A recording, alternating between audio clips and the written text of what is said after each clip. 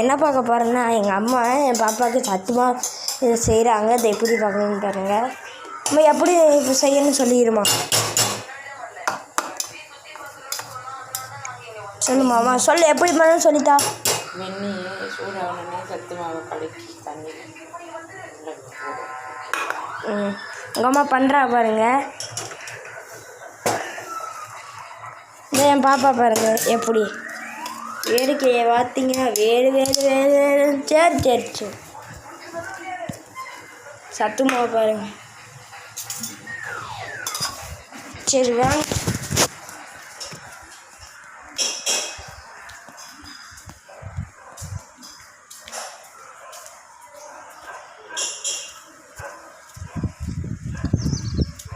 யாருன்னே தெரியல.